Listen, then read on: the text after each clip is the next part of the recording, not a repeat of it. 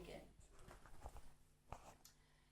The number of people using electronic cigarettes in Britain has tripled in the last 2 years. New research from the health charity ASH has shown that the number of e-cigarette users has increased from around 700,000 in 2012 to 2.1 million this year. The study shows that nearly 2/3 of people who use the devices also smoke regular cigarettes, with the other third being ex-smokers. Well, joining me now is the charity's chief executive, Deborah Arnold. Thank you for coming in. This sounds like an incredible success story. I think it is.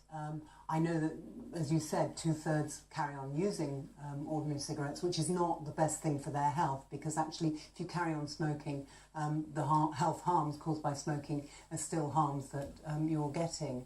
But the 1/3 who are quitting completely, that is a good news story. And I think also what it shows is that smokers are looking for safer alternatives, and electronic cigarettes, or as smokers tend to call them, vaporisers, are a lot less harmful than smoking. What about the bigger picture though, those critics who say the introduction of these cigarettes and now the popularity of them, more than 2 million users, it's actually normalising smoking, so we're getting used to seeing people smoking again when it's only just a few years since it was banned? Well, they're not cigarettes and it's not smoking, and the majority of people understand that that's the case. But I think if there was renormalisation of smoking, then what we would see is that the number of smokers, which has been declining year on year for many years now, would start to go up again, and we'd see what's called a gateway into smoking, which is that young people who've not been smokers start by using electronic cigarettes or move on to smoking. We're not seeing that. Have we had enough months and years of evidence to support what you're saying though yet? Because they are still relatively new, aren't they? We're not seeing that as yet, but we need to keep monitoring,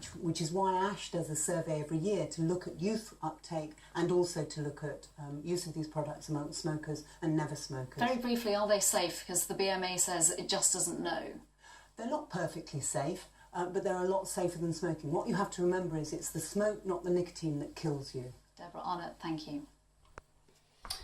Our main story this lunchtime.